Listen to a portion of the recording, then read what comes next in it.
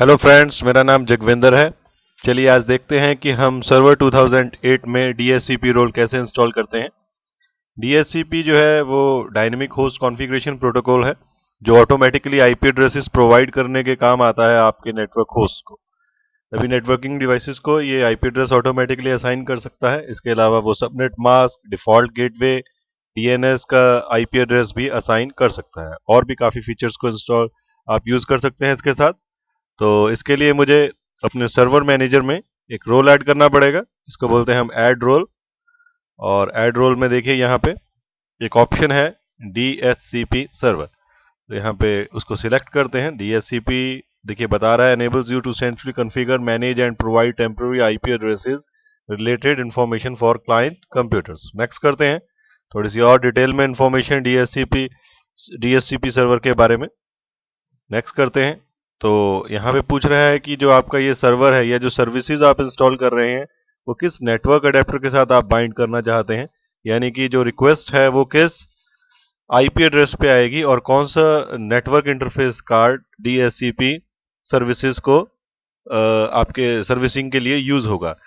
इसका कहने का मतलब इस समय मेरे में जो मशीन है उसमें एक ही लैंड कार्ड लगा हुआ है जिसके ऊपर आईपी एड्रेस है 192.168.1.254। अगर यहाँ पे 2 3 4 नेटवर्क इंटरफेस कार्ड लगे होते और मैं चाहता कि एक पर्टिकुलर नेटवर्क इंटरफेस के ऊपर ही जो मेरी ये रिक्वेस्ट हैं डीएचसीपी से रिलेटेड आए, तो उसी को मैं असाइन कर सकता था। तो यहाँ पे मैं केवल एक ही लैंड कार्ड लगा है तो मैं इसी को ही सिलेक्ट करता हूँ और नेक्स्ट कर देता हूँ।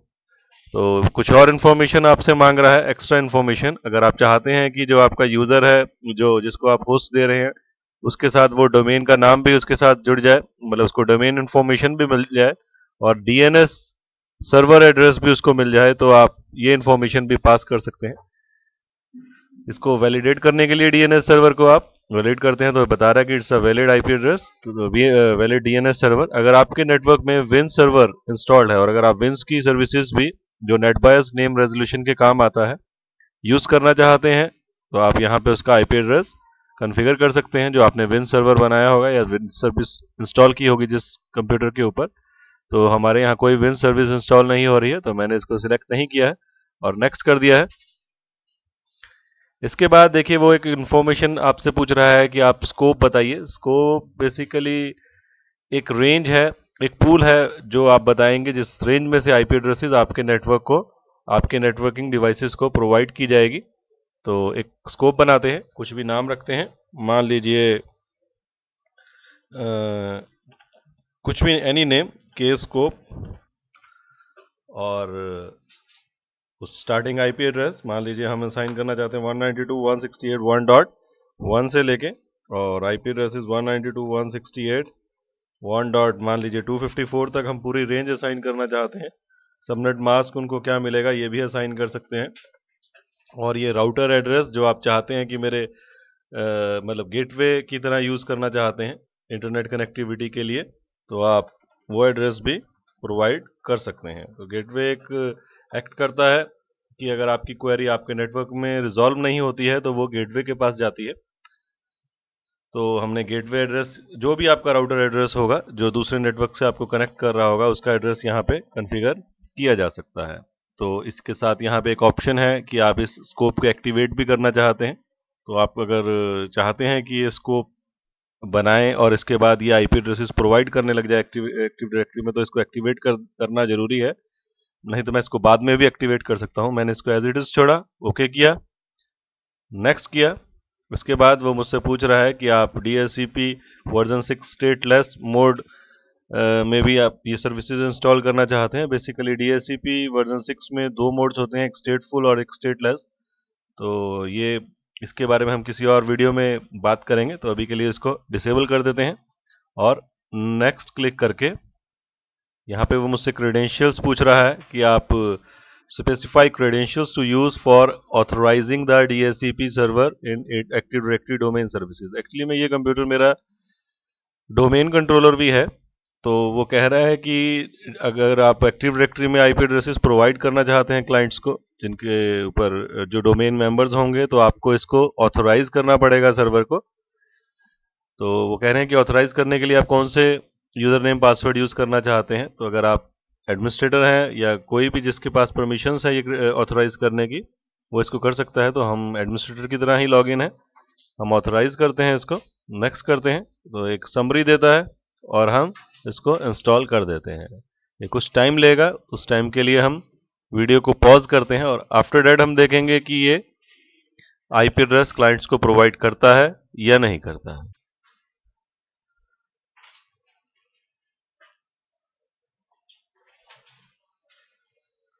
जैसा कि आपने देखा कि डीएचसीपी रोल इंस्टॉल हो गया है, इसको क्लोज करते हैं और अब चेक करते हैं कि क्लाइंट्स पे ये आईपी एड्रेस ऑब्टेन होता है कि नहीं होता है। तो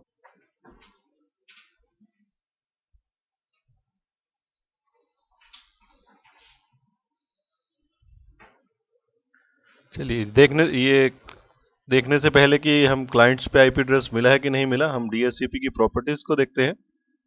तो इसके लिए आप सर्वर मैनेजर में भी इसको रिफ्रेश कर सकते हैं, रोल्स में से डीएचसीपी सिलेक्ट कर सकते हैं, तो आपका सर्वर आ जाएगा और जो आईपी वर्जन 4 में आपने स्कोप लगाया है वो आ जाएगा। या फिर आप इसकी information start, programs, admin tools, और एडमिन टूल्स के बाद यहाँ पे ऑप्शन है डीएचसीपी सर्वर की, आप इससे भी इसको कॉन्फ़िगरेशन कर सकते हैं। तो वही दोनों जगह से एक ही इंफॉर्मेशन आपको मिल रही है।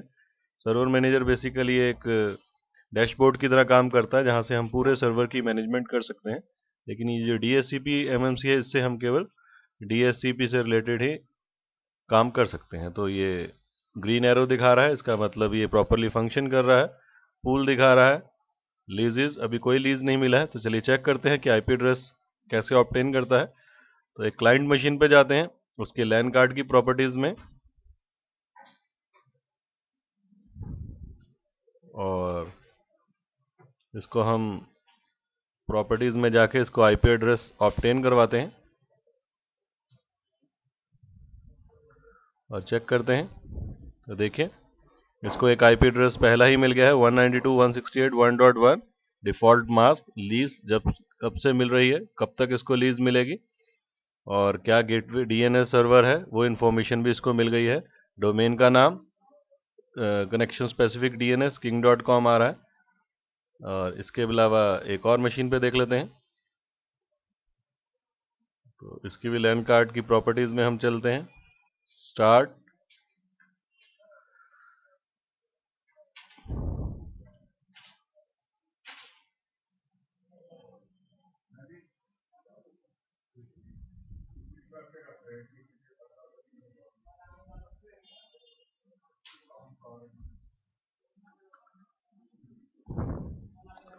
इसको भी ऑब्टेन करवाते हैं।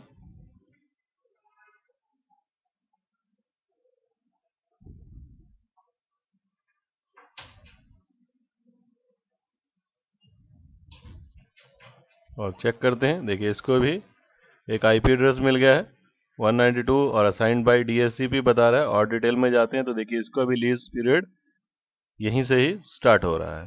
तो ये हमने देखा कि कैसे हम डीएचसीपी सर्वर को कॉन्फ़िगर कर सकते हैं और कैसे। अब देखिए लीजेस में जाते हैं तो यहाँ पे रिफ्रेश करते हैं, तो आप देखिए वो दोनों ही कंप्यूटर्स जो जिस पे हमने आईपी एड्रेसेस जिन्होंने ऑब्टेन किया है वो यहाँ पे शो कर रहा है। तो इस तरीके से हम अपने नेटवर्क में डीएचसीपी सर्वर कॉन्फ़िगर कर सकते हैं। तो थैंक्स फॉर लिसनिंग।